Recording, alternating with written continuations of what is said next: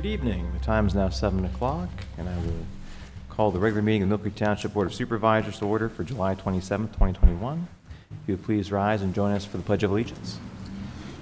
I pledge allegiance to the flag of the United States of America and to the republic for which it stands, one nation, under God, indivisible, with liberty and justice for all. This meeting is being televised live online on youtube.com. It can be accessed at millcreektownship.com/meetings, and it's being recorded by WQLN for viewing on Spectrum Channel 1024 with closed captioning. Members of the public may attend in person in the General Assembly Room. Persons who wish to offer testimony at any hearing or to offer comments during the public comment portion of the meeting, but do not wish to attend in person, must contact the Township Secretary, Cheryl Williams, at 814-833-1111 or swilliams@millcreektownship.com no later than 24 hours before the scheduled meeting to make arrangements to participate via telephone. Has anyone made arrangements to call in today? That would be a no. I think so. All right. Next item on our agenda is a swearing-in ceremony for our new Millcreek Township police officers. Chief Ike? Thank you. Good evening. I am pleased to present 5 candidates who were recently hired for the position of Millcreek Township police officer. Each candidate fulfilled the requirements set forth by the Pennsylvania Municipal Police Officers Education Commission and this department.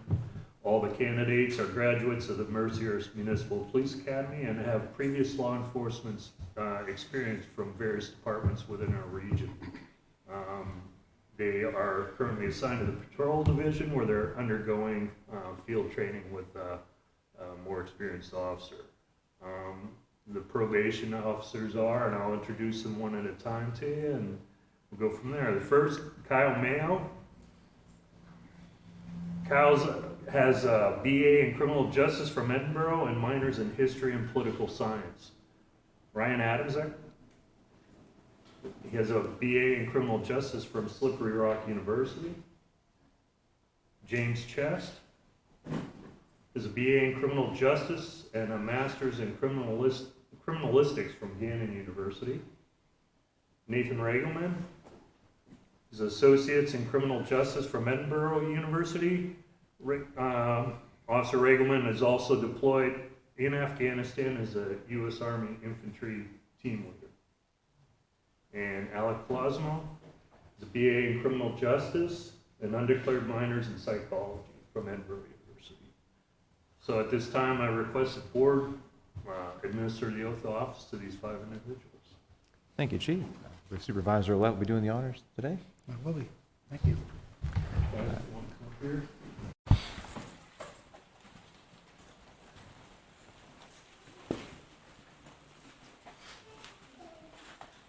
Gentlemen, if you would raise your right hand and repeat after me. I state your name. I, James Chest, Do solemnly swear do solemnly swear that I will support, obey, and defend that I will support, obey, and defend the Constitution of the United States the Constitution of the United States and the Constitution of this Commonwealth, and the Constitution of this Commonwealth, and I will discharge the duties and I will discharge the duties of Millcreek Township Police Officer of Millcreek Township Police Officer in Millcreek Township, Erie County, with fidelity. in Millcreek Township, Erie County, with fidelity. Congratulations, gentlemen.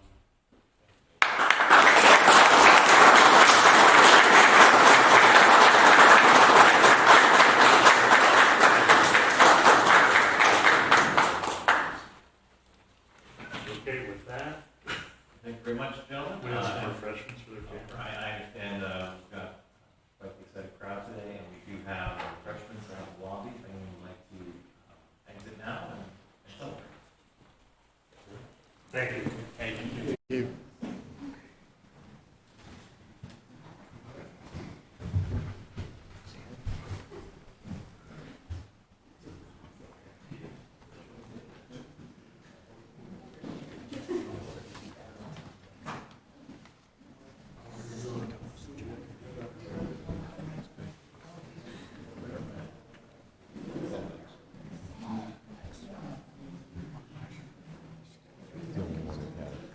I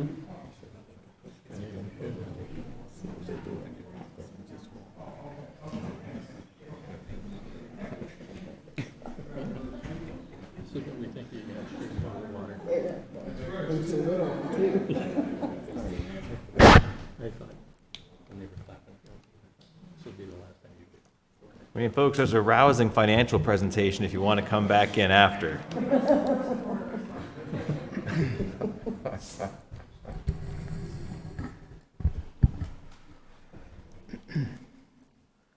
Our next item on our agenda is public comments on agenda items other than development or rezoning applications. Would anyone care to address the board this evening regarding tonight's agenda? Yes, sir. This is about the zoning for around the Edgewood subdivision. Is that on the agenda? What subdivision, sir? Edgewood? Edgewood. 13th in Idaho? That's the vacation. Oh, okay. The vacation. Item 9. Yeah, so there's no zoning action on that this evening, but if you have any questions on that item, you're welcome to come to the podium and ask a question. Well, the zoning board approved it, and then it was supposed to be. Yes, the planning commission reviewed it, yes, sir. Planning Yeah. commission, yes. Yeah, if you have any questions, if you have any questions or comments, I don't know, is there an actual hearing later in the agenda, Mr. Shaw, or is it just an action? Why don't we get his questions and then Yeah, I if you can could please answer. state your name and address for the record, sir? Chuck Turner, 3269 West 13th Street. Okay?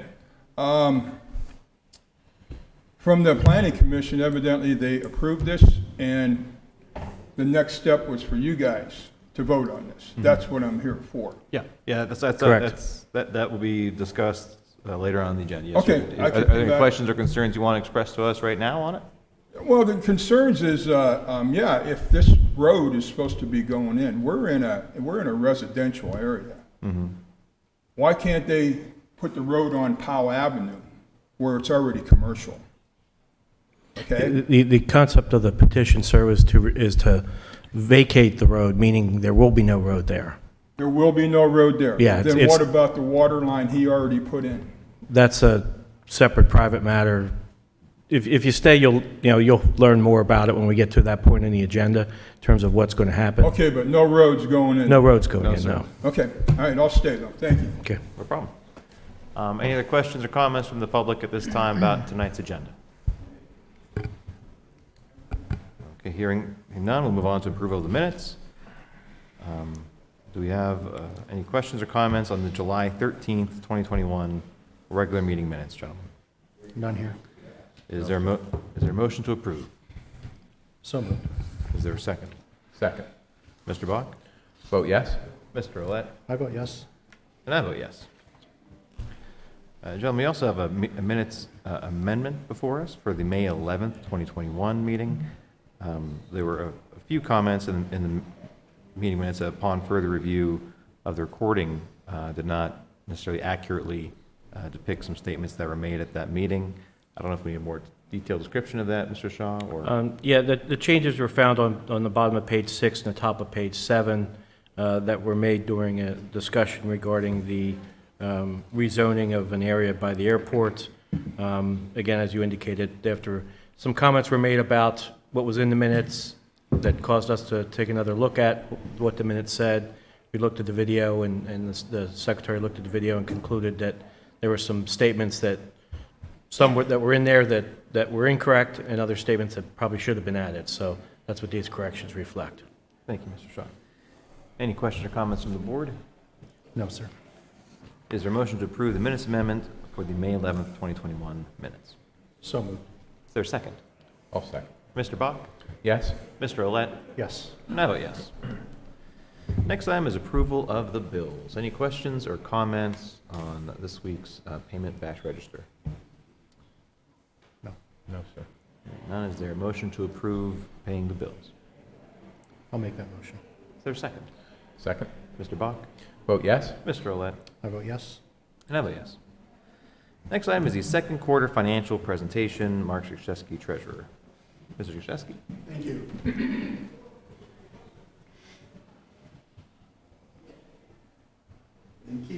are trying to maintain transparency.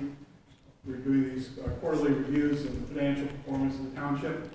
And I'm glad I was able to get this one done in time for this meeting as opposed to the next one. Starting off with a comparison of the actual revenue to the budgeted revenue. One thing that the pie chart doesn't show is the fact that our actual pie chart for revenue is bigger now because we got the ARPA funds. So our grants budget is $2.9 million ahead due to the receipt of those funds. We had obviously a much smaller budget for 2021 for grants, and now we're showing you the $2.9 million in grants for this year. We're running ahead on our real estate taxes, at least in terms of collections, by $442,000. And income taxes, once again on collections, are running $363,000 over budget. Some of that may also due to a better employment situation. The second quarter of last year was when most of the businesses were shut down. Income taxes would have been depressed in that quarter last year as well. We are anticipating some bounce back on that.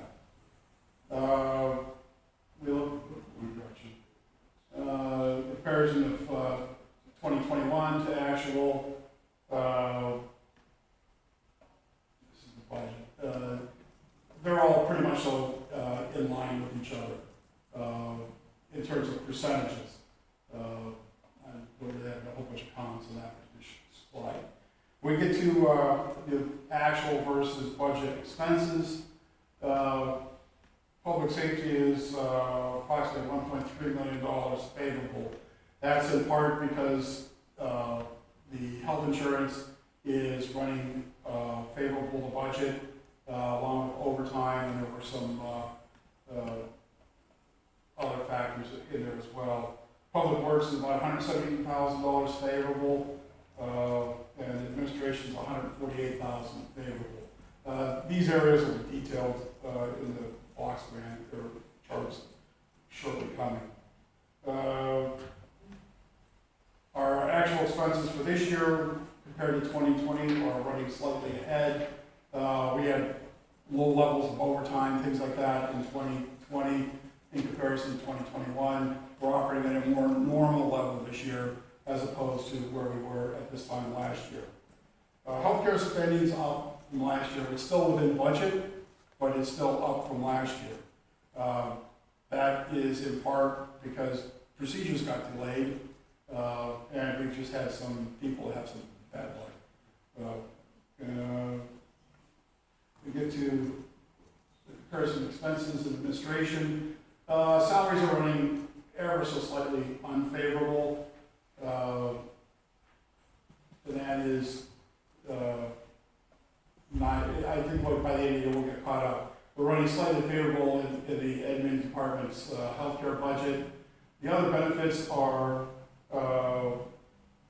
unfavorable. That's in part because we had $20,000 that we used. We got to record the expense. It's monies that we put in a bank account that is used then to write checks for dental and vision claims, retiree healthcare reimbursements, debit, flex spending, card purchases.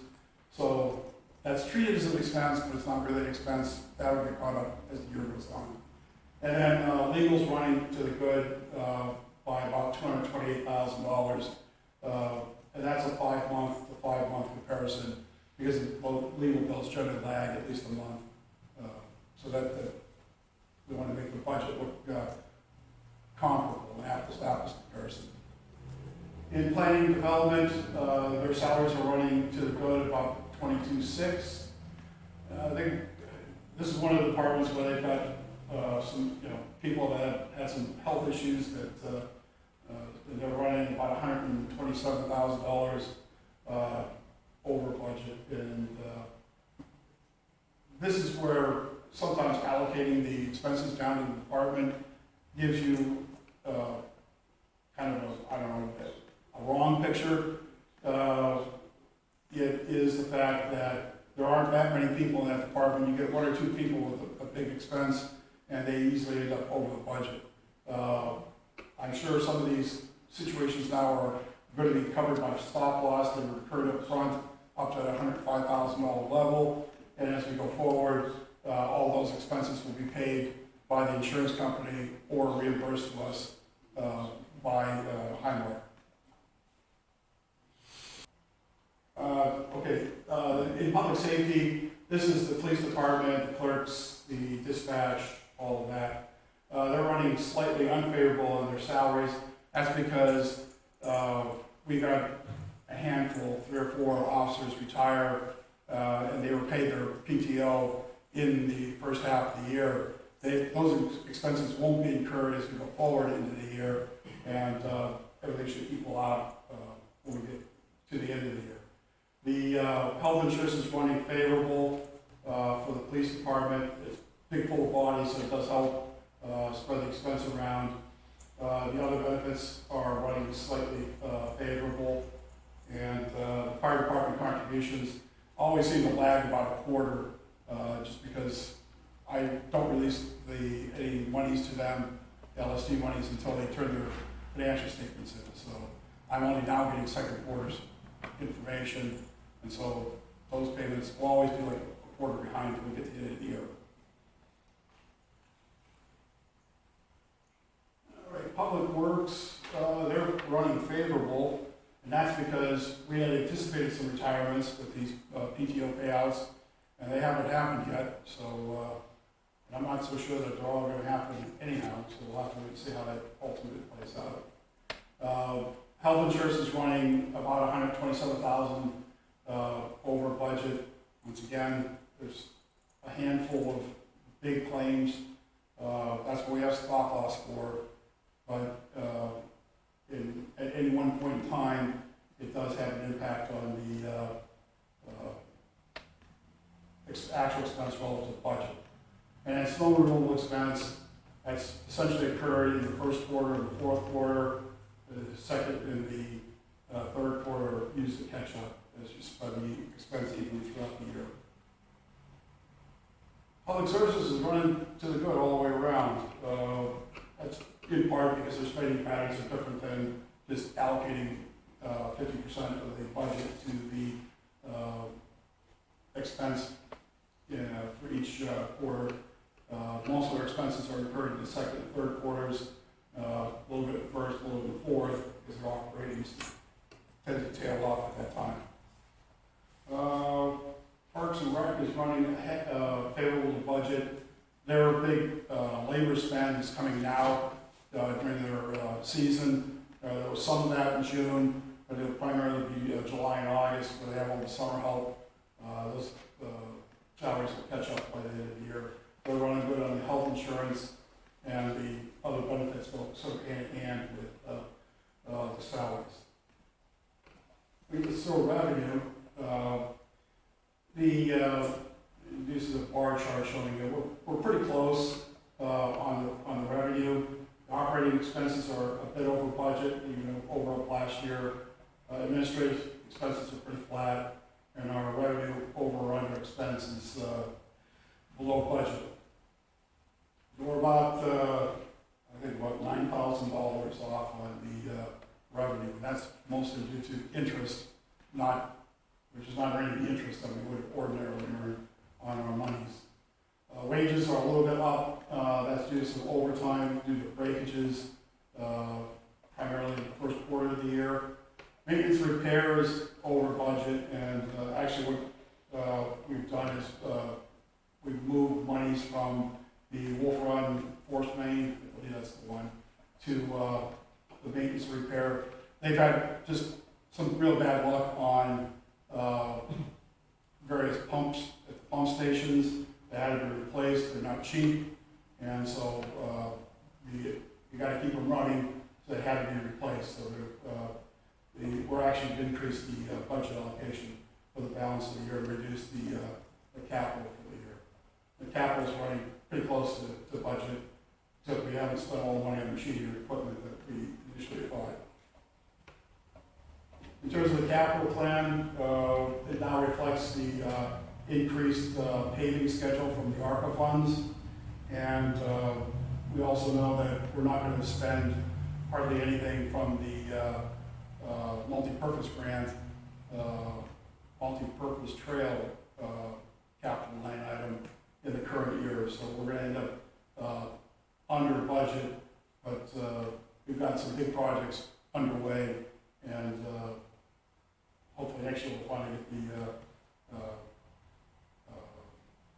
multi-purpose trail moving along. Questions? Any questions or comments from the board? I don't have any, no. Any questions or comments from the public? All right. Thank you, Mark. Okay, thank you.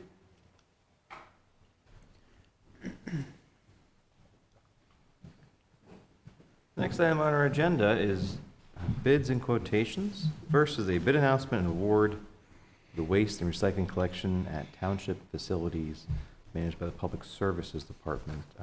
Ms. Stutzman or Ms. Salina, would you care to have a seat?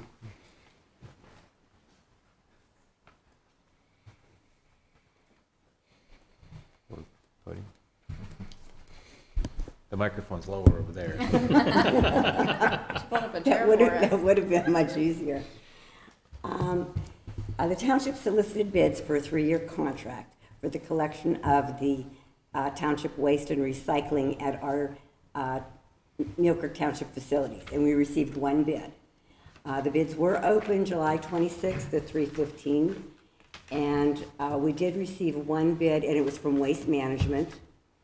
And the pricing was the fixed per pickup fee, the weekly collection for a 3-year term was $19, and an as-needed pickup for a 30 cubic yard roll-off is for a 3-year term is $124.28. Receiving the 1 bid and with the prices we're looking at, I would recommend awarding the contract to Waste Management. Any questions or comments from the board? No, sir. Chief, just so I'm clear on the bids, these aren't options, these are all the services they provide. It's not we pick one or pick the other. It's all, okay. Yeah, I guess just to clarify, this is just for our own services here at the township for our facilities. This is not the township-wide No, you're right. waste contract. Just want to clarify for folks who are not voting on the township-wide waste contract. This is just for our use for our These are facilities. just the dumpsters that are in our parks, on our facility, and different areas. Thank you. Is there a motion to approve the contract with Waste Management for our township facilities contract for a 3-year term? So moved. Is there a second? I'll second. Mr. Bach? Vote yes? Mr. Olet? How about yes? And I vote yes. Thank you, ladies. Next is the residential calendar printing, public services. Okay, the Millcreek Township calendar, We're still here. not going away. The Millcreek Township calendar is mailed to residents and businesses. It contains useful information for residents, including holidays, supervisors and committee meetings, building closings, recycling department guidelines, and much more. Specifications for printing included a quantity of 28,500, 32 pages plus a cover, 12 by 18 inches flat, 9 by 12 finished, FSC certified paper, 80 gloss text and cover, 4 color throughout, a drill hole for hanging, saddle stitch, address and mailing list, and delivery to USPS. That FCC certified paper is very important. I'm glad you got it in there. Yes, we got it in there. Millcreek Township received 1 quote from Printing Concepts. Their co-star's contract number is 009-042 at a cost for the 1 year at a cost of printing of $24,908. And the Millcreek Township Recycling Department recommends accepting the co-star's quote for printing the 2022 residential calendar. Thank you, Ms. Stutzman. Questions or comments from the board? None here. Is there a motion to approve the contract with Printing Concepts for $24,908 for the printing of the annual Millcreek calendar. I'll make that motion. Is there a second? I'll second that. Mr. Bach? Vote yes. Mr. Olet? I vote yes. And I vote yes. Thank you, ladies. Next is armorer's kits from the Millcreek Police Department. Since Chief Height is, Well, he has so many cookies, it's probably, he wanted to show off his uniform too. Chief Height is requesting approval of the purchase of 2 armorer's toolkits from Sully's. The price for the kits is $1,984 plus $60 shipping. Total price, $2,044. It should be noted that the quote from Bushmaster, $526.27, did not contain the required equipment to maintain or repair all types of weapon system currently owned by the department. So he is recommending the armorer's toolkits be purchased from Sully's for a total price of $2,044. This is a budgeted item. Looks like there is $25,587.01 left in the budget for this year. I will put Chief Height's request in the form of a motion, gentlemen. And I'll second. all right. All right. Mr. Bach? Vote yes. Mr. Olet? I vote yes. And I vote yes. Next is police gun safes. Since Supervisor the Bach. chief is still not back, Well, he's got another cookie I in his will mouth, I think. is what's handle going on. this request. Chief Height is requesting approval for the purchase of 2 gun safes from Sportsman's Warehouse. In his defense, we didn't tell him to come back after the reception. We did We- say you can leave, and I'm sure these two would have jumped at the opportunity too. Yeah. Never.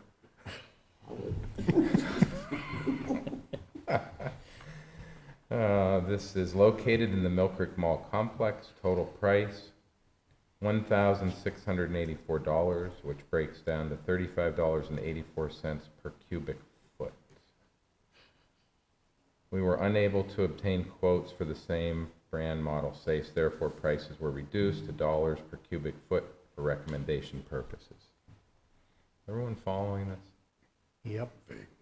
Good, I knew Dan would. This purchase would leave $23,903.01 in the budget. Did you have concerns about the quote, Supervisor Bach? I do not. All right. I will put a motion forward for this. Is there a second? I'll second. Mr. Bach? I vote yes. Mr. Olet? I vote yes. And I vote yes.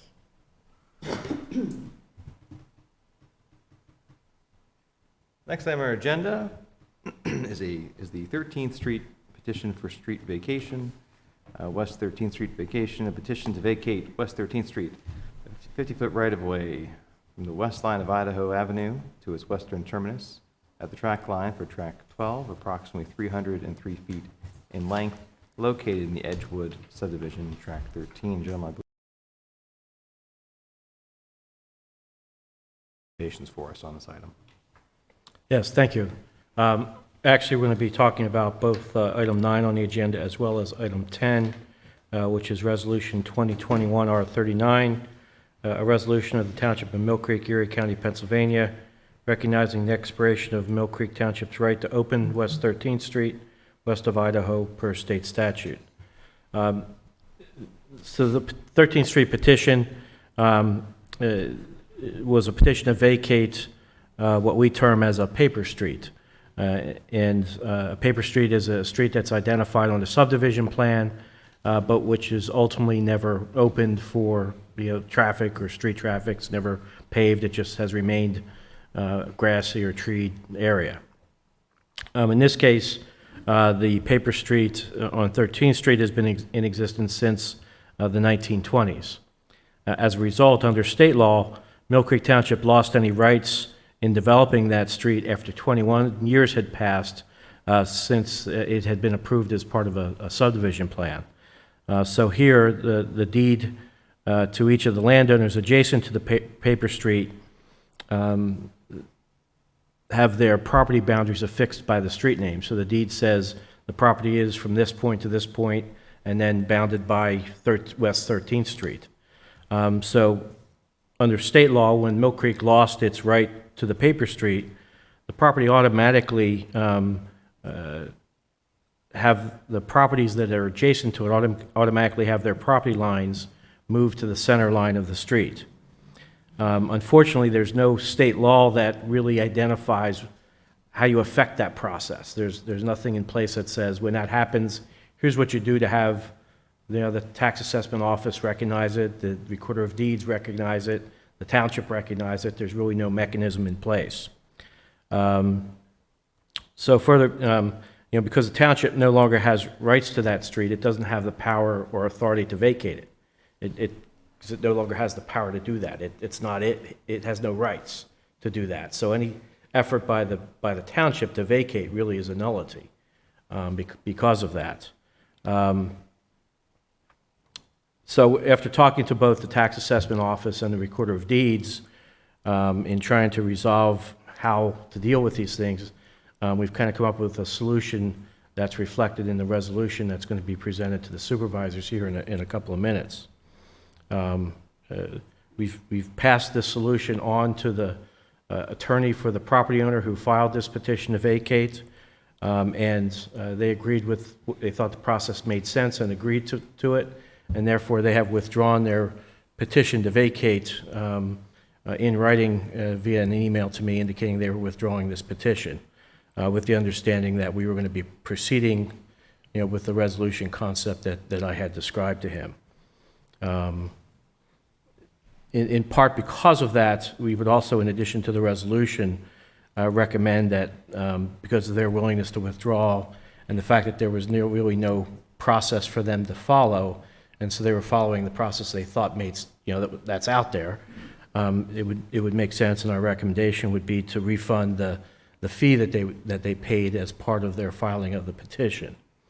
So before you now is Resolution 2021 R39, and under this resolution, the Board of Supervisors recognize the effect of that state law on this paper street, and that the township has no rights to or interest in the unopened portion of West 13th Street extending west from Idaho Avenue.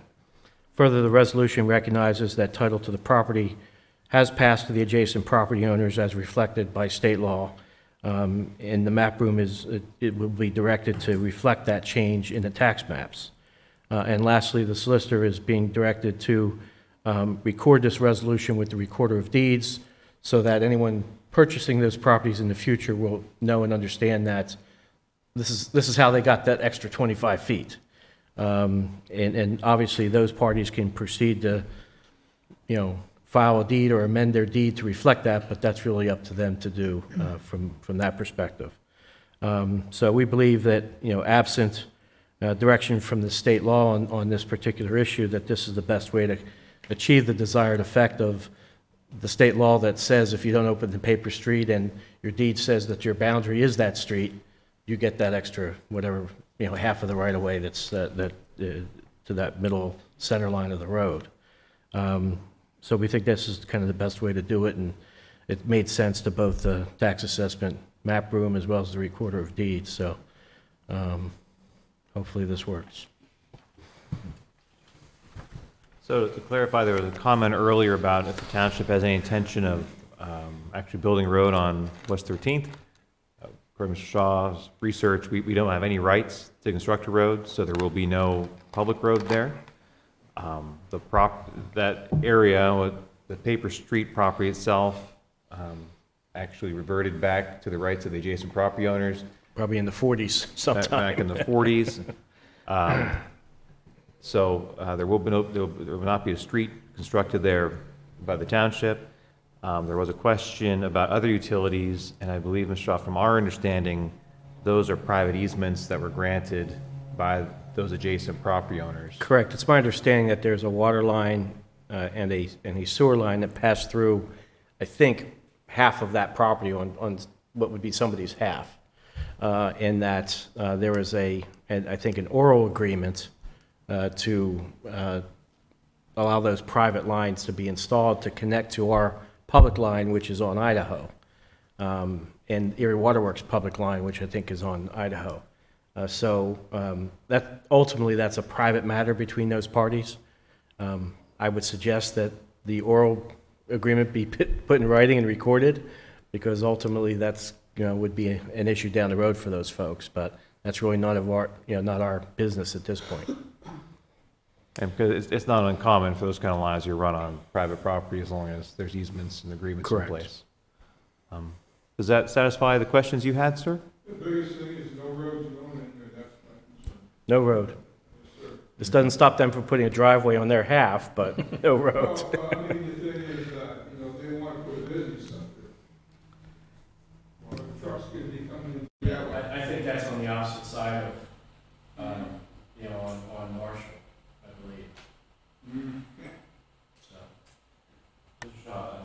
You referenced making a refund to the petitioner. That'd be a separate action, or is that in here somewhere? it's not in the resolution, so I would treat that as a separate action. Okay. All right, so for the purposes of item number 9, that has been withdrawn, so no action necessary from the board.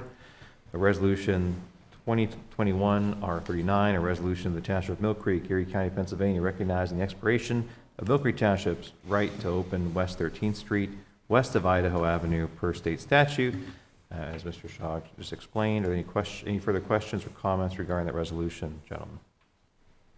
No, sir. No. Okay. Is there a motion to approve resolution 2021 R39? I'll make that motion, Dan. Is there a second? I'll second, Jim. Mr. Bach? Vote yes. Mr. Roulette? I vote yes. I vote yes.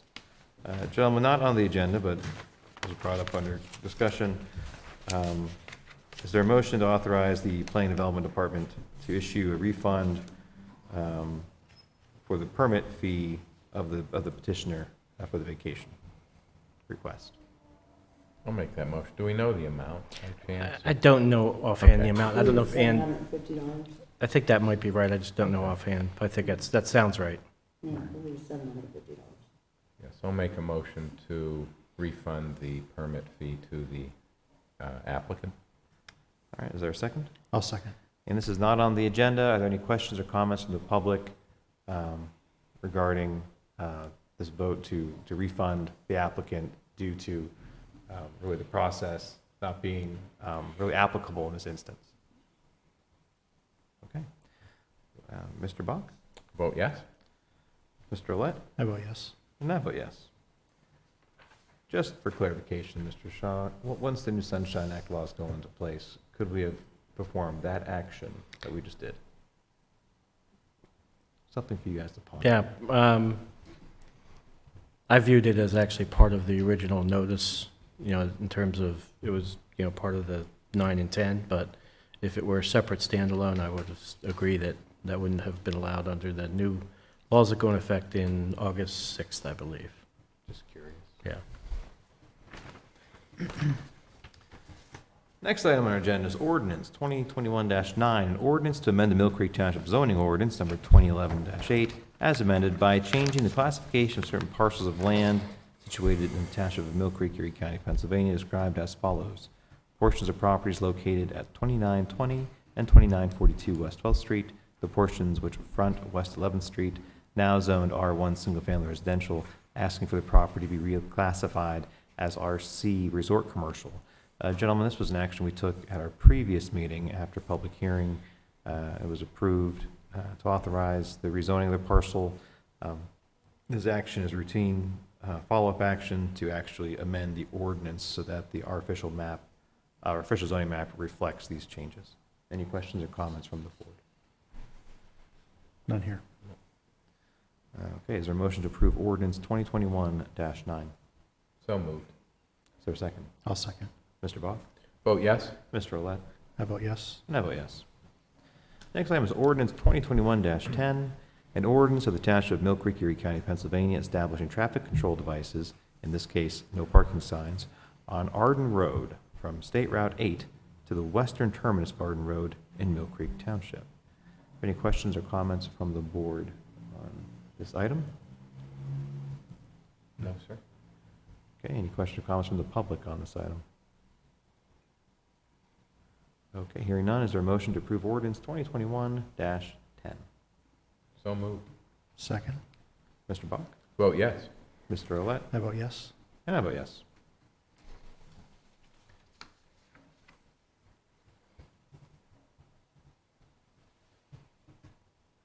Next item on our agenda is Resolution 2021 R38, a resolution pursuant to Resolution 2015 R20 and the Municipal Records Manual to approve proposed disposition of certain township records. This is a routine action by the board to authorize the departments to dispose of records once they've reached their retention dates. This evening, the request comes from the Millcreek Police Department. This is a request from the department to be authorized to delete dash cam videos that reach their required retention period between the dates of July 28th, 2021 and August 10th, 2021. Any questions or comments from the board? I'll make a motion to approve Resolution 2021 R38, John. Is there a second? I'll second. Mr. Bach? Vote yes. Mr. Olet? I vote yes. And I vote yes. Next item is the Fire and EMS Commission recommendations for records management system. That'd be Mr. Olet or Mr. Shaw want to handle that this evening. I like Mr. Shaw.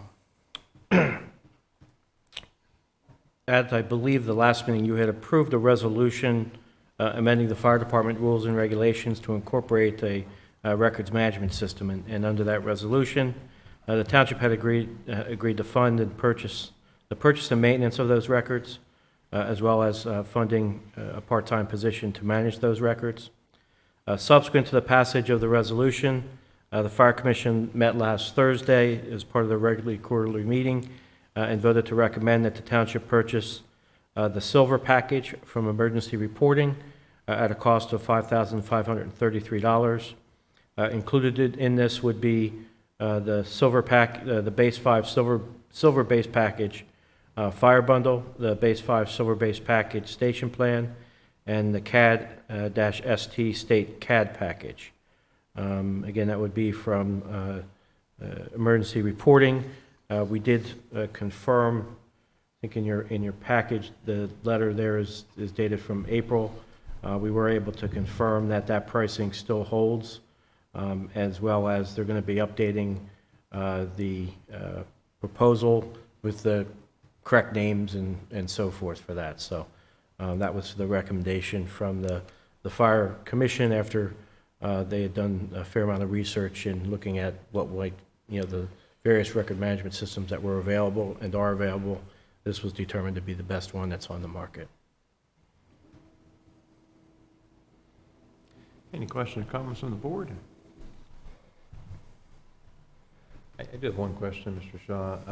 This package, does it also include a license or access to the software for our 929 team to also utilize it? I believe so. It's going to be at the township. It's going to be housed at the township. Here. Well, I'll double check that, and that to make sure that that's included from that perspective. I don't know how the 929 team does their record keeping, but we can confirm that and check on that. In addition, I guess I would suggest that, assuming that the board approves the recommendation and purchase of the system, it might make sense to authorize Diane Lyons to at least begin the process of searching for a person to fill that part-time position that's needed to oversee and kind of manage or maintain that records management system. I guess my next question would be, who's the point person in the township for this purchase and install? Is that our IT department? Is it Chris Filson? I would think that's who ultimately would have to oversee that installation, make sure it's done properly and connect them with the records management folks. I guess I'm just unclear whether or not this is a grant to the fire departments or a purchase we're actually making and that we are managing the install. I think it's a purchase that, to my understanding, it would be a purchase that the township is actually making. It would have control and authority over the software packaging, and the fire departments are simply providing their data to that software so that the township can run reports, review, how the fire departments are doing. One of the issues that we came across in doing the standard of cover was just the lack of uniform data from all the fire departments and. Oh, sure. Yeah, I'm just trying those to clarify things, who's yeah. going to be contacting this vendor to make sure that to get this process running on our end. I think it makes sense for Chris Filson or John Fleming. Okay, just Probably, curious. probably, I would think working with Dan to, get all that information in place and as well as, I think ultimately it would make sense from a timing perspective to have that package software, coincide with whoever the township hires to manage and maintain that system. Because you certainly would want that person involved in, from the ground level up. That's why I think it makes sense for Diane to start that, be authorized to start that process. I think my question is that this isn't falling, it's really a bid and quote, so what budget line are we drawing down to pay the $5,533? Is that an IT line item from public safety? Is it the admin IT line item? Is it considered operational? Is it considered a capital expense? It would be capital because it's over $1,500.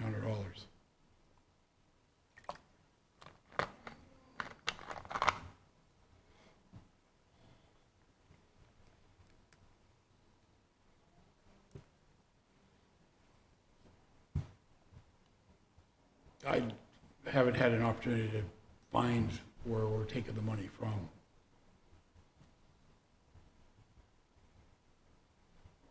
Mark, there's money available, it's just a function of what account it comes Right. from. Well, there's always money available, Mark. We're the government. I guess nominally, we could take it from the ARPA funds, because we did not spend all that on the paving.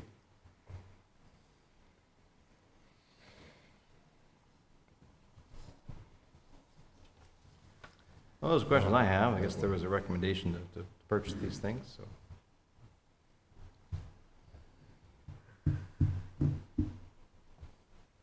You raised some good points. I think some of that should have been ironed out prior to having this come before us, but it's definitely a needed item that's long overdue, and as we know from the standard of cover report that was done by a third party, this is one of the kind of the beginning components of getting the departments to be on one page, so it is an important function. Mark, if you think the money, where do you recommend that I this recommend line it- item? Because it's a relatively small amount, I recommend we take it from the ARPA funds, because we do have, that's revenue replacement, it could be used for essentially anything, general government function. So, Doesn't it specifically list public safety as well in the criteria? I don't thought it did. remember. Yeah, I don't, I thought it did. Pretty sure it does. Yeah. but- Okay. Those are the questions I have. Well, is there a motion regarding the recommendation from the Fire and EMS Commission to purchase the emergency reporting software for $5,533? So moved. I'll second. This is coming from we'll be drawing down from the American Recovery Plan funds to cover it. Yes. Mr. Bach? Vote yes. Mr. Owen? I vote yes. And I agree it's important and necessary. I will vote yes. Okay. But I do think in the future, recommendations from the Fire and EMS Commission that require expenditures should be treated like any other department request and probably fall under bids and quotes. If we have that kind of information, so we can have a more clear understanding of the budgetary impacts. Next item is the food waste drop-off pilot program. Chairman Morgan, I guess. Is there more? Well, just I'm a, sorry. just a question on, The should you recommendation. recommend to Diane to begin the process of finding a person to fill the part-time slot?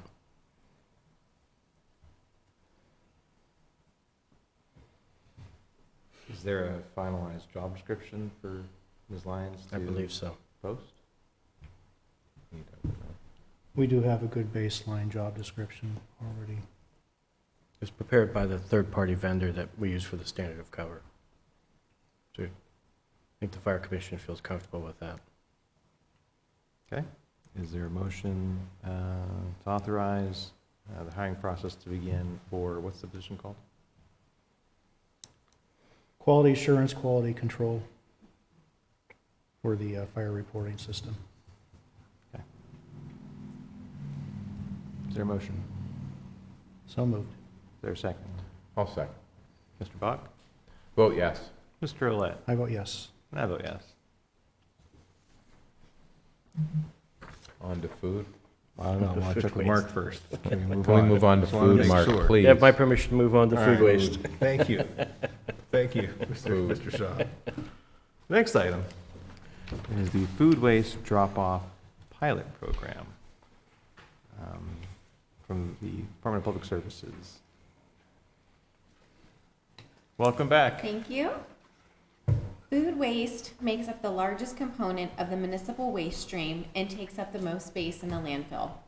It also emits methane as it breaks down. The average American wastes 220 pounds of food per year. With 53,000 residents in Millcreek Township, that equates to 11,660,000 pounds of food waste in the landfill from Millcreek residents alone. I wanted to invite Dave and Ryan from Conservation Compost to present a 5-minute PowerPoint presentation outlining a proposed food waste drop-off pilot program between the Millfair Compost Center and Conservation Compost. Yes, we are the mystery two in the back. Yeah. Yeah, I was wondering. Not that we're not fascinated with Millcreek Township law, but that's not why we're here. So as we were introduced, I'm Ryan Dadgett, this is Dave Wachowski, my fellow business partner, composter, and friend.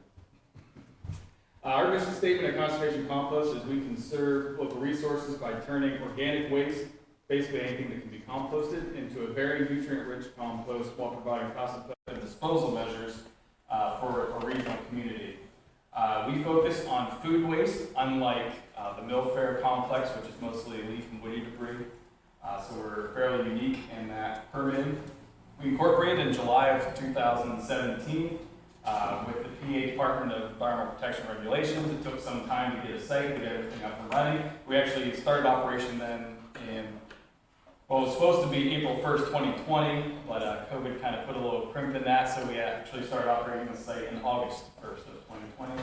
And it is owned by Dave and I. I was born and raised in Crawford County. Dave and I met at Allegheny College. I've worked in state, local, and federal environmental initiatives, managed funds, worked cost share programs, and Dave, say a quick Yep, went to Allegheny College, got a degree in environmental science, went on to get a master's in environmental education, worked at a French Creek Valley Conservancy, was the director at a land trust, and then have been running a different private business for the last 12 years, and then Ryan and I came together 3 years ago and started Conservation Compost. We're located at the 79 exit of 198 in Crawford County. That's the Secrettown Countyville exit. As Jesse introduced a little bit, up to 25 to 40% of garbage is disposable materials. You can get any sort of number of food waste per person, but it's substantial. As new landfill locations become less available, more regulations become tighter as far as disposing of that food waste. Several states now make it illegal to dispose of it. And a heightened awareness of the environmental effects of waste disposal, Dave and I thought, why wait for regulations? Let's start this business now. So basically what we do, we take a picture on the left, which is about 7 tons of food waste from a local grocery store, and we turn it into what you see on the right, which is a high nutrient dense, rich compost. As we mentioned a little bit, it took some time to go through the PA Department of Environmental Protection composting regulations. It has strict siting restrictions in northwest Pennsylvania for glaciated soils. It's hard to get away from the water table, but we did find a place down in Crawford County. What we do, we take that food waste, we mix it with waste wood chips that come in. We put that on a perforated pipe that blows air through it in a matrix that we mix based on percentage of moisture, bulk density, what we're mixing into there. Stays on there for 30 days, gets up over 130 degrees, comes off, goes into a curing pile for another 60 days. After that, it met all this criteria that we can legally screen and sell it. Here's a list of things we can and cannot accept. Basically, it's things in addition to what you compost in your own backyard. Things that you would never compost in your backyard, like fats, butcher waste. One of our first loads, I'm not joking, 9 tons of meatballs were dropped off of our facility. We were able to compost it without the neighbors making complaints. Cardboard, wax paper, wood products, yard waste. Even though we do stick away from any type of grasses, landscape grasses and that because of possible contamination. What we cannot accept is just as important as far as liquids, cooking oils, biosolids, any type of construction material. So like I said, aerated static piles. Dave and I have been in environmental field for most of our professional lives, but we wanted to make sure we were doing this right, so we actually hired a consultant from Snohomish, Washington, who'd been in the business for 35 years, so he serves as our main consultant. It's a different type of composting than Penn State or Millcreek does, where they turn the piles. This is a static pile. It provides us to scale up and down and handle large volumes and small volumes without having to change our infrastructure around. We also think it's a little better when dealing with food waste as a way to control vector and odor problems. And like I said, again, reduces the need for specialized equipment. I already went through a little bit of this process. Basically, it's simple yet complex science that takes that stuff and turns it into something non-volatile in a short amount of time. Rough layout of our facility, brown stalks, our wood chips come in, we mix it with the waste food. We also collect the food in addition to people bringing us food.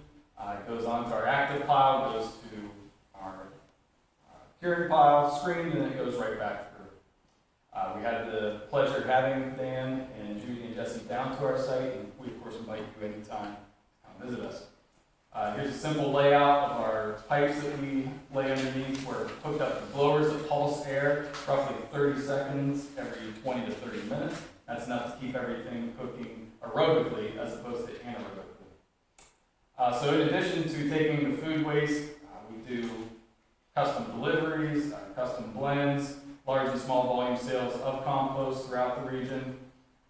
This is a couple pictures of our compost at work. On the left is my garden where I had sweet corn. I had a cover crop that was lagging, so I threw our compost in the center. You can see the dark green response. And then one of our farmers putting our compost to work in onion and carrots can be seeded there. So why we're here today is working with the mill fair. We are proposing a conservation compost good and service, our commercial pickup. And if you want to talk a little bit about our pilot program in Crawford County, what we're going to do here tonight. So we decided early on that we wanted to focus on community composting. So we decided to start a residential composting program where you can sign up through our website. Everything's very easy and clean. And when you sign up, you receive a 5-gallon bucket. It comes with a compostable liner, and we usually start you with at least a month's worth of liners, and it also comes with a lid. We do have branded stickers that go right on the bucket that tells you, yes, this is compostable, and no, this is not. And then you also get onto our email list. We do send out periodic updates, things to do to make your residential composting process easier and better. So we partnered with drop-off sites throughout Crawford County, and we also have some sites in Erie County. And we bring a 64-gallon toter, which is the normal roll-off garbage container that we're all used to. It itself has a compostable liner inside, and when a resident has a bucket that they want to empty, they would come to one of our drop-off sites, they take their lid off, they dump everything, including their liner, into our lined 64-gallon toter, and then we service those toters either once or twice a week. And when we come, we bring a brand new clean toter, we grab the full toter, take that back to our site, compost the contents, power wash it off with Dawn dish soap so it's very clean, and then we continue that process. So we, in our residential program, we sometimes get asked, what we can and can't put in. This program's a little different than your backyard in that we do take meat, we do take fats, we do take things that you wouldn't necessarily put in your backyard. The liners make everything clean and tidy, and we base our pickup schedule based on the volume that's coming in. So as Ryan said, our aerated static pile system, very scalable. We can do 15,000 pounds in one day, and we can do 20 pounds the next day. So if we determine that we need to bump up the number of times we come and swap that 64-gallon toter, we go ahead and do that. And in addition to our customers wanting different pickup times, we have a vested interest in to not let any food waste sit more than a week. The more acidic it gets, the harder it is for us to compost. So regardless, we are very attentive to any type of pickups and problems that go along with that. You covered most of it. We said Crawford County is where we started, and then some of our biggest participants in the program commercially is Allegheny Health Network, the Whole Foods Co-op, all three colleges up in the area. We are a certified Penn State service provider, which is no small feat to get through that process. So we're working with Jesse and Judy, and it looked like a great opportunity to expand services at Mill Fair with no cost to the township. Do you want to touch on the residential process and the master joint program? Sure. So it's first month you sign up, it's $15. That includes, so it's typically $10, but the first month you get a bucket, you get to keep the bucket and the lid. So then it is $10 a month to participate from there on. The bags, we typically start you with at least a month's supply of compostable liner bags. We do have customers that use paper towels or other things, but we would have the liners available for sale through Mill Fair for a quarter each. They're not very expensive. You don't sell them through your website? We don't. Like I said, right now we are starting people with enough to get them going, and then partnering with folks in the community. There's Your other programs. You're also looking at Whole Foods Yeah, we have a Co-op. residential drop-off at Whole Foods in Erie. Okay. And we also service them commercially. So their spent produce and things that go bad in the store, we also service that. How many residents in Erie County? sign up for your program right now. Right now, we just have the one drop-off. We have around 50 participants in that. Are folks designated to a specific drop-off, or? They're not. They are free to use whatever drop-off locations that we have available. And I think adding more locations is a good thing for folks. And Whole Foods is the only location for a residential drop-off that you have right now in Erie County? Yes, Whole Foods, yep. But we do, like Ryan said, we have several commercial contracts in Erie County, so we're already sort of making the loop, and we would like to add stops that make sense. Does Whole Foods also sell your biodegradable bags on your behalf, or? They do not yet. That's something we're working on with them. We've had folks come down to our site and pick up more liners. Oh, folks have driven all the way down to you guys to pick them up? Well, we also offer 10% off all of our products. So As a residential program participant, you get a percentage off of any of our products, so that drives a lot of people to our site. And the pilot program in its initial phases as well, we were bringing bags up to some of our customers as well at a central location, because with a small number, it was able to be very personal and advantages. there's a picture of a 65-gallon toter. That one is actually in front of our facility down there in Crawford County. Do you pay Like a lease arrangement with Whole Foods to operate on their property? We do not. They have found it, I think, to be a benefit to their clientele in that it brings them to the store, a service that they can then offer that we handle. Similarly, one of our drop-offs in Crawford County is at a local brewery. They're excited to offer the service, and hopefully the people stop in for a drink as they drop it off. And community service, yes. And of course, they take advantage of it as well with their brewing. How do you guys identify Mill Fair as a location? Well, the Millcreek composting facility is very well known. They do a fantastic job there, so as we started researching compost facilities in our area, Mill Fair is the first one that pops up. So, we have been up to the Millfair facility for a tour early on in our development, and then we've been back a few times since. I think that Millfair has done a great job in surpassing the first hurdle, which is education to the general public about composting. While this seems like a odd business or a process in other parts of the country, this is very routine and normal. So Dave and I spent a lot of time, as I'm sure these ladies do as well, as education. And we saw the Millfair complex and did so much of the legwork as far as educating that not all trash is trash. Perhaps it's just resources that haven't been renewed. So that's another reason we were driven to the site. These programs are really popular out on the West Coast, California, Oregon, Washington, but we have one as close as Cleveland Heights, which is very popular and has grown over the last 10 years. And we have done a lot of education. We do hold backyard compost workshops, but what we found was that through this program, you could compost additional things that you can't do in your backyard, like the meats and the fats and things. 1 year, Dave and I saved all of our walleye carcasses from Lake Erie and composted them in one batch, and it worked out very well.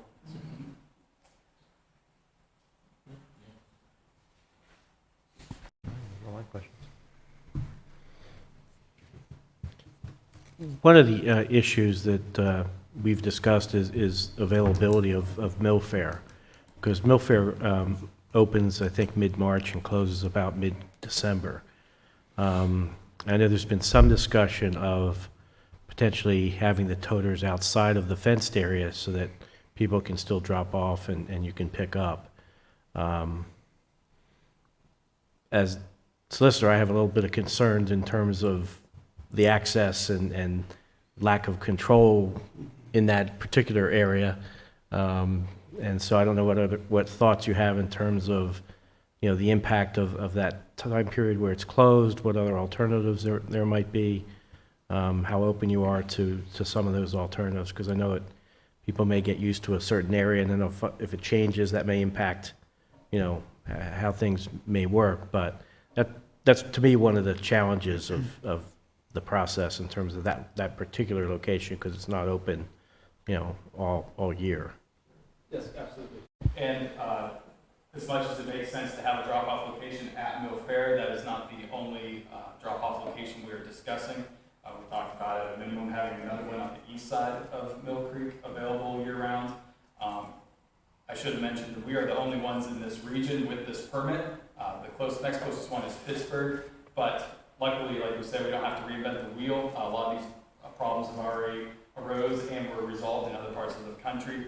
There's new technology as far as kiosk drop systems, QR codes, opening different partner businesses that would allow that. And I know Jesse put in some work as far as availability during the off season.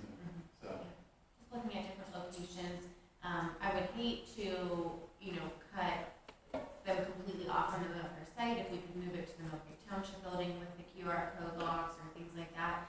When people are so passionate about it, if you shut them off, it tapers off that excitement. But like I said, I do think people are really passionate about composting. I've been holding composting workshops for 10 years, and we have brand new faces every single time. And so I think that people will make the drive to Whole Foods or somewhere on the east side, but we can definitely find an alternate location and keep the process going over here on the west side of town too. and we collect contact information for all of our participants and are in contact with them as well for updates and changes and things like that. So they wouldn't be blindsided if a location did change. There are some new funding opportunities as well, specifically tailored to municipal composting type partnerships. It seems like there's some momentum for that, and that could potentially provide opportunities to fund a small kiosk or a small fenced-in area that is controllable with a QR code lock or something of that sort. Expectation that we would expend those costs? No, I think that There's grant funding right now with the DEP and the USDA. Right. Expectations that we would work to get those grants? To run a private business? Is that? No, not particularly. I wrote, over $1 million worth of grants received from state and federal, so certainly our services are available as well. We wouldn't employ your employees to make money for us, but there's plenty of third-party, a lot recycling options, or, you know, people from Harrisburg to write these grants, and certainly we're available and have grant writing experience as well. Yeah. So our goal is it's a great partnership that we can offer without adding a burden to the township. I'm an auditor for a Crawford County township, and no, budgets are always tight, and taking on more headaches are not something that anybody looks forward to doing.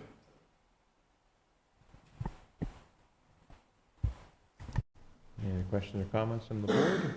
On here. All right, well, thank you for your time, gentlemen. Appreciate you guys stopping out. Thank you. Thank you.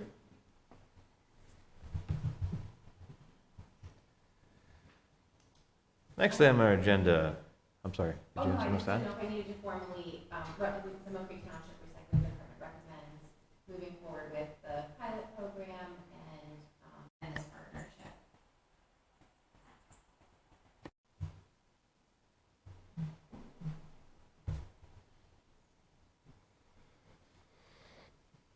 Is there an actual document for us to vote on, Mr. Shaw? There's an agenda request here. It's just an agenda request. I don't, we started working on a document in a license type form, but there's still, in my view, there's still some uncertainties in terms of some of the issues we talked about, you know, with the closed, shutdown and so I guess that's forth. the So thing. it might My be a thought little was premature. This was an informational presentation, not a request for a Yeah. vote this evening, Yeah. because we don't actually have a document to vote on. My suggestion maybe it might be a little bit premature, and continue working on getting some of the details worked out, because there's still, I think, a fair amount of details to resolve, so at least we know how to move forward with things. Is there any timeline that you folks have to start this? Is there any?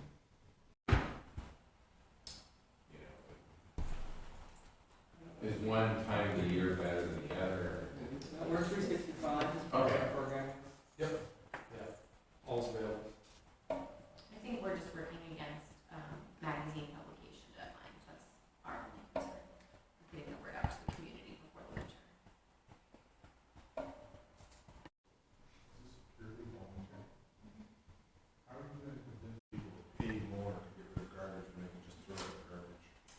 You certainly could do that. I think there's an intrinsic. In 30 years, we increase the garbage and recycling, so I like to get rid of it. Well, I think there's an Could intrinsic. I request that you wait for public comment to that question, Lana? All right, I just thought it was part of the presentation. No, well, I mean, I guess that wasn't mine. Keep it moving. All right. So, there's no vote this evening. This was an informational presentation, and Mr. Shaw will continue to negotiate some kind of licensing agreement or actual program for us to vote on I think that at makes, his earliest convenience. I think that makes the most sense. We'll probably give Lydia that task. Isn't that what you've been working on this whole time? In theory, he might. He might enlist your expertise.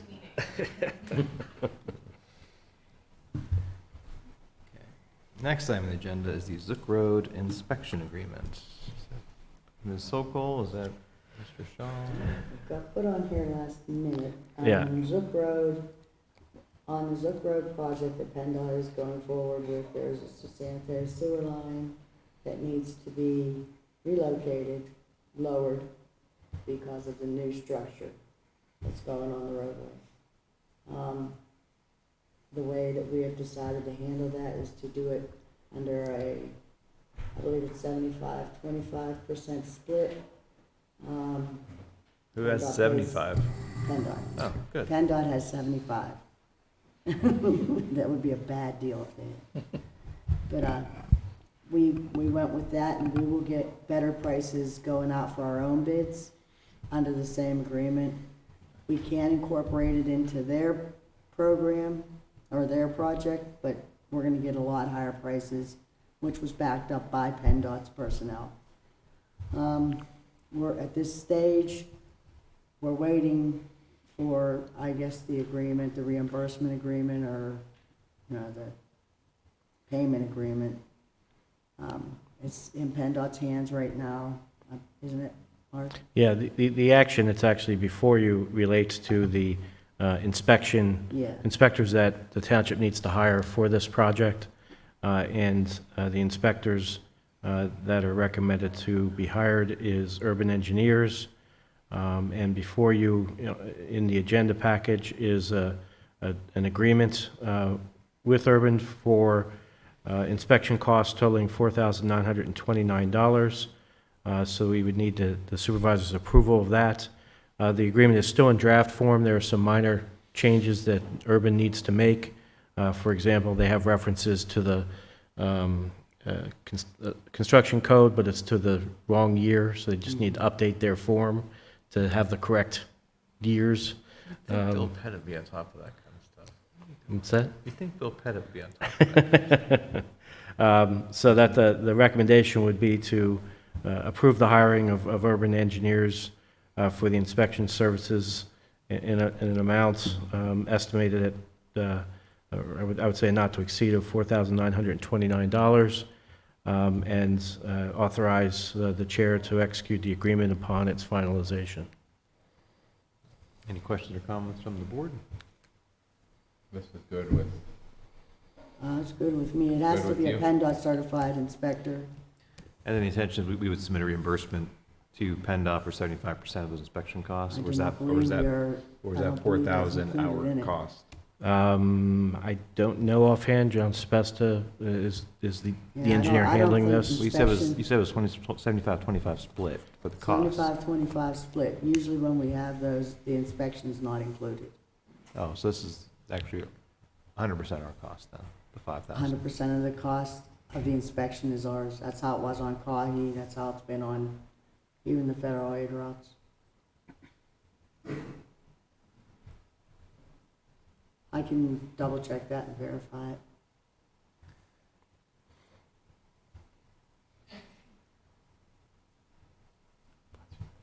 And I'm guessing this is being funded out of a contingency line in engineering budget, or? This is being funded under, I don't believe it was a line item. Capital improvements, I really don't know what it's gonna be funded under, to be honest.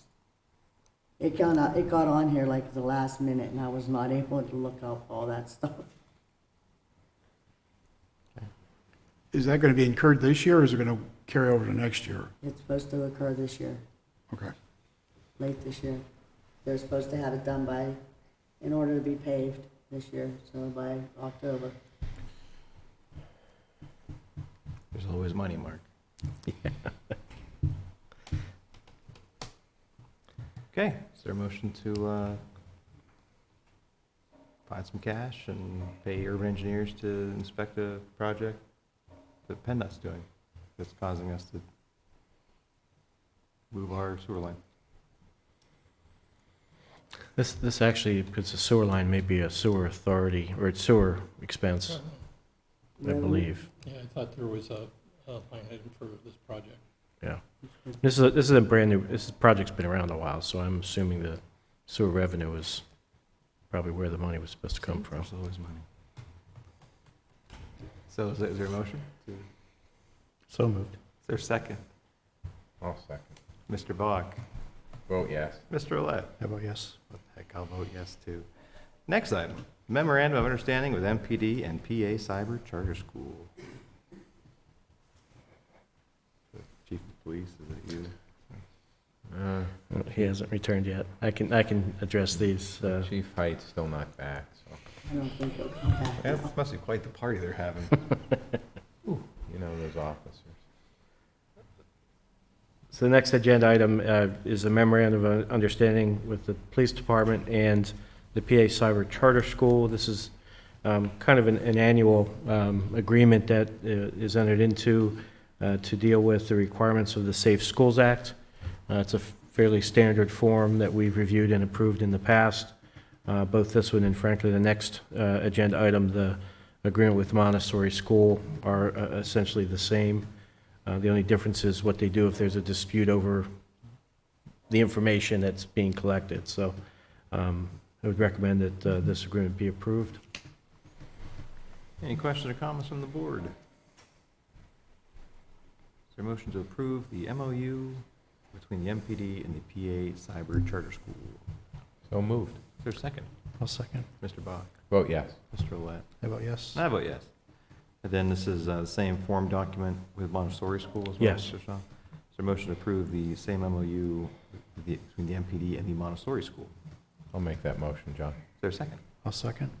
Mr. Bach? Vote yes. Mr. Olet? I vote yes. And I vote yes. So that tells me the next MOU might be a little different. It's somewhat different and much shorter than the prior ones. It deals with memorandum of understanding between the police department and the Erie County District Attorney's Office relating to their application for a Stop Violence Against Women formula grant, a grant from the grant program for 2022 and 2024. Recommendation would be approval to execute this memorandum of understanding. Thank you, Mr. Shaw. Any questions or comments? No, Is there sir. a motion to approve the MOU with the Erie County District Attorney's Office? I'll make that motion, John. Is there a second? I'll second. Mr. Bach? Vote yes. Mr. Olet? I vote yes. I vote yes. Next item is communications. Mr. Jakszewski, anything else to report to the board this evening? No, not this evening. God bless you. All right. Hiring requests. We have police department request. Mr. Bach? Okay, we have a request from Diane Lyons in the admin department, a request for temporary part-time animal enforcement officer. The name of the potential candidate is Timothy Stevenson, animal control / code enforcement officer. Date of hire is August 9th to September 10th, 2021, at the rate of $18 an hour. Request to retain Timothy Stevenson as a temporary part-time employee to conduct on-the-job training with the new animal enforcement officer. Tim will work no more than 8 hours per day, 3 days per week for a 30-day period, unless amended by the Board of Supervisors. So Tim will be training our new animal enforcement officer for a period of 30 days. I'll make a motion for that approval to keep Tim on part-time for that period. I'll second. Mr. Bach? Vote yes. Mr. Olet? I vote yes. I vote yes. And then there's the actual animal enforcement officer. Okay. Oh, am I covered? Okay, so they were flipped on my screen. Okay. Request from Diane Lyons to hire the full-time animal control code enforcement officer, Richard Lyle. Date of hire, August 9th. Rate of pay, $17.38 an hour. Richard is currently employed with the Diamond Shadow Protective Services as a security officer at Hero BX.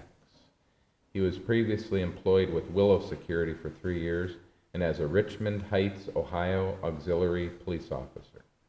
He has a vocational degree in criminal justice from the Tri-County Community College and is currently Act 235 certified. Richard performs some of the more common animal control duties at Richland Heights. I'll make a motion to approve this hire. Is there a second? Effective August 9th. Okay. Is there a I'll second. Mr. Bach? I vote yes. Mr. Olet? I vote yes. I vote yes. Who's the hiring request? I do. Mr. Olet? I do. From Ashley Marsteller, she would like to hire Hannah Maciak as a day camp counselor. Hannah will be filling in a position of another counselor who is departing early from the summer program. This would be at a rate of $9.50 an hour. The start date would be August 2nd. Yeah, August 2nd. Okay. I'll put that in form of a motion. Is there a second? I'll second. This was not on the agenda. Any questions or comments from the audience regarding the hire of a part-time, was it day camp supervisor? Day camp counselor. Day camp counselor. All right, with that, I'll call for the vote. Mr. Bach? Vote yes. Mr. Olet? I vote yes. And I vote yes. Next is a training request from the police department. Chief? I know why he left. Okay. Approval is requested What? Public Works vacancy? Oh, I'm sorry. I Did you skipped miss that one, Gary. John? Gary was just sitting here all Oh, night, Gary quietly, is, keeping to himself. I guess it's, Gary, you want to cover this one? No, not really. Gary is just, at this point. Mr. Olet, you want to cover this? Sure. From Diane Lyons, request to fill the Director of Public Works vacancy. Our current Director of Public Works is scheduled to retire on December 31st of this year, requesting to begin recruiting a new Director of Public Works. You sure, Gary? I'm positive. There's still time to back out. I mean, we haven't authorized finding someone to try and fill your shoes yet, so you want. No, I'm going to go out of here with a couple other people at the same time.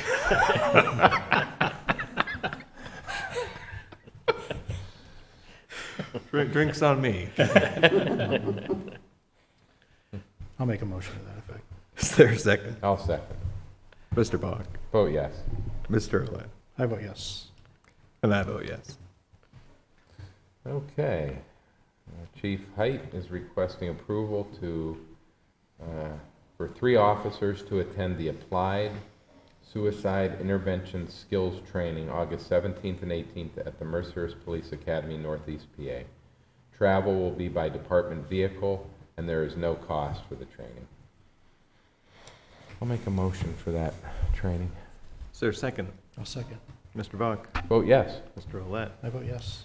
and I vote yes.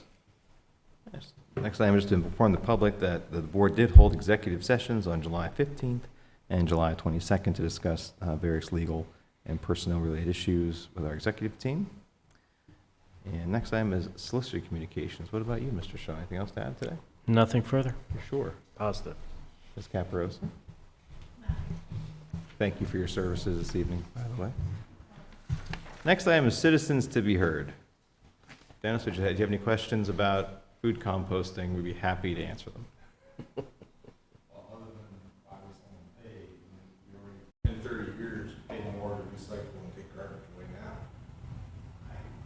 So I think you guys got a tough sell getting me to pay you to make money. I think our commercial customers that end up Well, going yeah, away because from they our get a service- reduction in their Millcreek Township. It's not like they weigh my garbage, You do have an option to go to pay as you throw, which I already do. So why would I pay you more? If you take out all your food waste out of it. Just so I'm clear, you more so a question. For them than for us. Well, you guys aren't going to approve anything. Not this evening. Yeah, so I mean, to me, it's, but your 2 employees that are part of the recycling, I don't think they're so excited that they overlook the fact that they're gonna have a hard time selling township residents on paying to get rid of something that we paid already to get rid of. Well, I guess My perspective on that would be this is additional service, essentially, that we could offer folks if they would like to. I mean, not everyone Yeah. utilizes the Millfair Composting Center for its existing services either, but it's still available. Not everyone utilizes the Parks and Rec service. I think from our perspective, and I think from the Public Services Department, it would just be an option for individuals. And as far as the selling folks on the values of composting, that would be up to the vendor to make that case. And I think the request is simply for us to give them an opportunity to host one of these receptacles. So I don't know if we're going to be maybe I'm mistaken, but we're not going to be actively recruiting individuals or actively selling products. No, and I would agree with the page program. Right now, I'm going to average out that the advanced disposal waste management bill is $20 per month. And if you switch to pay-as-you-throw service and utilize these services, let's just say you only use 1 bag per month, that's $4.50 in your bill to advanced disposal, because you prepaid for a pay-as-you-throw garbage bag, and then $10 would go toward conservation compost per month. So you still would be, if you're on the pay-as-you-throw program and using a bag once a month and utilizing composting, you would be saving money. So again, I guess From our perspective, this is a no-cost service the township could allow the vendor to provide. Oh, the intention is that it's voluntary service. And I think that the concern I had was, whether we should bid this thing out. We've looked into it, we're the only certified vendor in the area, so I think that's where we're coming from, Dennis, that this would just be an option for residents to utilize. And the only reason that I'm not asking for a vote this evening is there's still some details that need to be hammered out. But I think the board as a whole is. The program is very good, and I participated in it. But you also have, and we've done a great job, but other surrounding areas, they've gone to just throwing it all away now. I mean, you got Green Township, Summit Town, they've pretty much given up in recycling and garbage, and their garbage is cheaper. We're mandated, a mandated community. There's 6 in your county. Right, I'm saying, I participate, I recycle everything I can and all of it. I'm just saying, in other areas, it's great. As long as it's voluntary. I guess I should. Had you come up to the podium, would you mind just make sure you sign with Lydia before you leave today, Dennis? Thank you. Anything else? Any other comments from the public? All right, anything else for the good of the order? No, sir. Okay, with that, I will call for a motion to adjourn at 8:32 p.m. So moved. Is there a second? I'll second. All right, thank you, everybody. Have a great night.